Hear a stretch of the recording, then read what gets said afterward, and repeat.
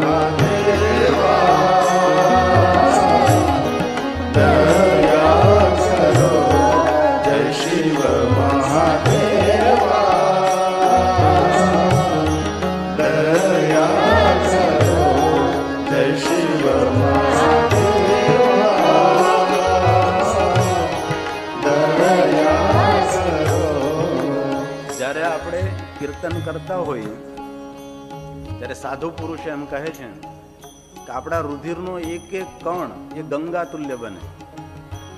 જ્યારે આપણે કીર્તન કરતા હોઈએ ત્યારે આપણું એક એક રૂવાડું એ તીર્થ બને છે. તો કીર્તનનો બહુ જ મહિમા છે. કથા સાંભળીએ તો આપણું મન આમ તેમ ડામાડોળ હોય. ભગવાનની પૂજા કરતા ત્યારે પણ આપણું મન આમ તેમ જતું હોય. અને જ્યારે આપણે માળા કરતા હોઈએ ત્યારે તો આપણને ખબર છે કે માળા આપણા હાથમાં હોય ને આપણે કોકના માળામાં પડ્યા હોય. આમાં જે માળા કરતા હોય એમને આ વાતની જાણ હોય કે આમનામ જો આપણે બેઠા હોય તો બહુ વિચારો નહીં આવે, પણ આમ માળા પકડીએ ને આમ શરૂ કરીએ એટલે તરત ઉપડે બધું. એટલી ફિલ્મ શરૂ થાય, નહીં આવવા જેવા વિચારો આવવા લાગે. પણ કીર્તન એવું એક માધ્યમ છે કે જ્યારે ભગવાનનું કીર્તન કરીએ ત્યારે વિચારો આપણા શબ્દોમાં કેન્દ્રિત બને છે. તમે જો નરસિંહે શું કર્યું? ભજન કર્યા, કીર્તન કર્યું. મીરાએ શું કર્યું? ભજન કીર્તન. જલારામ બાપા, તુકારામ, અનેક જેટલા ભક્તો થયા, ભક્તોએ શું કર્યું? તો કે ભજન કીર્તન. તેથી કીર્તનનો બહુ જ મહિમા છે. અને શંકરજીને તો ગીત વહાલું છે, સંગીત વહાલું છે, શિવને નૃત્ય વહાલું છે. તો આશા રાખું છું આપ સૌ સાથે જોડાવ. આપણો સૌનો ધ્વનિ વાયુમાં મિશ્રિત બને. આવો સાથે. નમઃ શિવાય.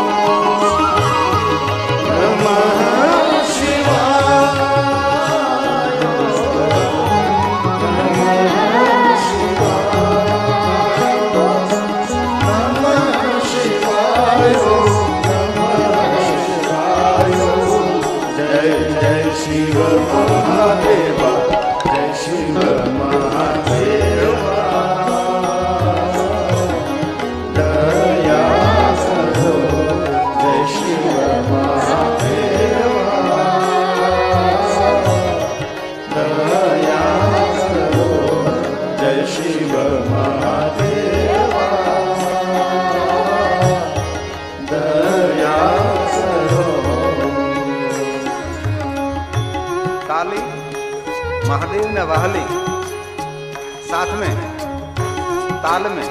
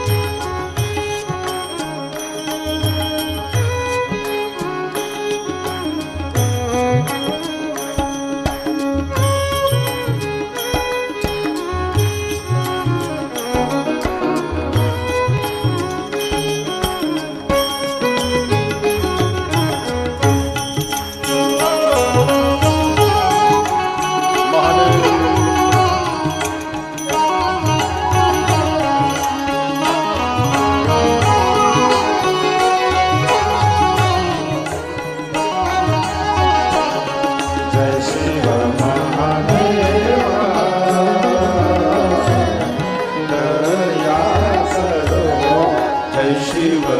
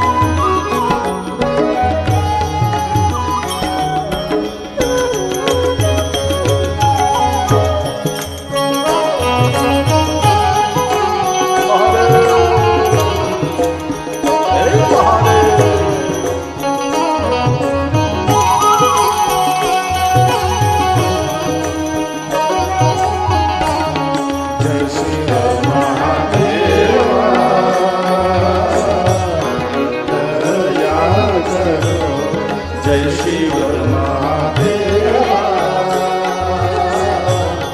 દયા કરો જય શિવ મહાદેવા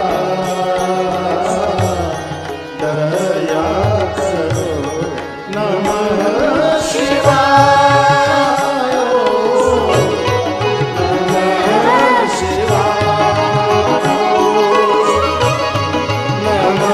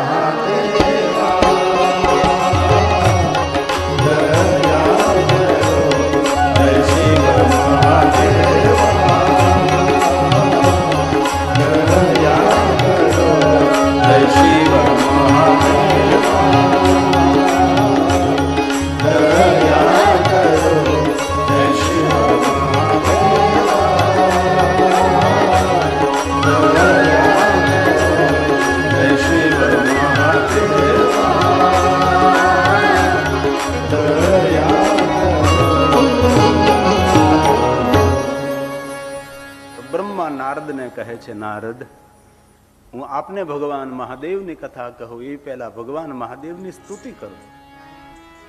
આ બ્રહ્માનો સુંદર પ્રસાદ છે. બ્રહ્માની દ્રષ્ટિએ ભગવાન મહાદેવ, આ શબ્દ બ્રહ્માના મુખમાંથી પ્રગટ થયા છે. કર્ણ રસાયણ છે. સદાસ્યવ્યા સદાસ્યવ્યા સદાસ્યવ્યા વિશેષતઃ એત શિવ પુરાણસ્ય કથા પરમ પાવન. માનવ માત્રને પવિત્રતાનું દાન કરનારી ભગવાનની કથા છે. સ્વયં બ્રહ્મા બોલે છે, હે નારદ, નમો અનંત રૂપાય. બ્રહ્મા એમ કહે કે હે નારદ, ભગવાન મહાદેવના અનંત રૂપ છે, સંખ્યા ન વિદ્યતે. આ દુનિયામાં ભગવાન મહાદેવના રૂપની ગણતરી કોઈ કરી શક્યું નથી ને કરી શકવાનું પણ નથી. સંભવે નહીં સર્વથા. પરંતુ ભગવાન મહાદેવનું એક સ્વરૂપ મને બહુ વહાલું છે. બ્રહ્માને મહાદેવનું કયું રૂપ વહાલું છે એ બ્રહ્મા બોલે છે.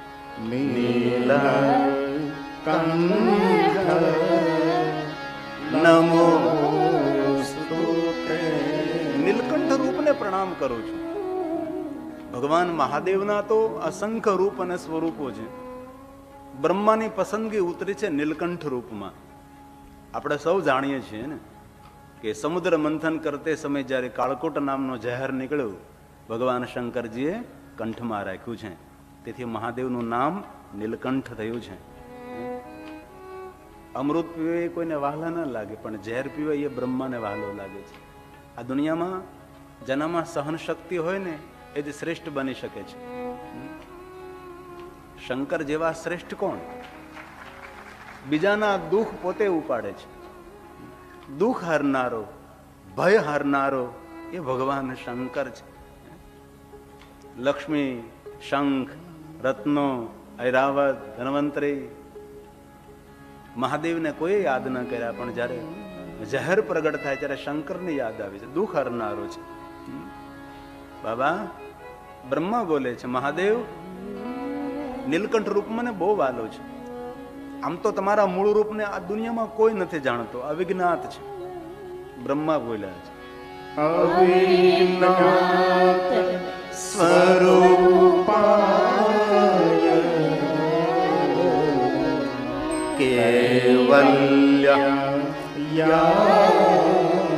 મૃતાય ચ કેવલ્યા યા મૃતાય ચ કેવલ અમૃત સ્વરૂપ મહાદેવ આ અવિજ્ઞાત મૂળ રૂપને કોઈ નથી જાણતું ભગવાન. પણ મારું માનવું ને મારું ધારવું એવું છે મહાદેવ કે તમે અમૃતના સ્વરૂપ, તેથી તમે જાહેર પાન કરી શક્યા છે. હળાહળ વિષ કોણ પી શકે જે અમૃતથી ભરેલો હોય છે? તેથી મહાદેવ આપ અમૃત સ્વરૂપ છો, તેથી તમે જહેર પી શક્યા છે. અપમાનને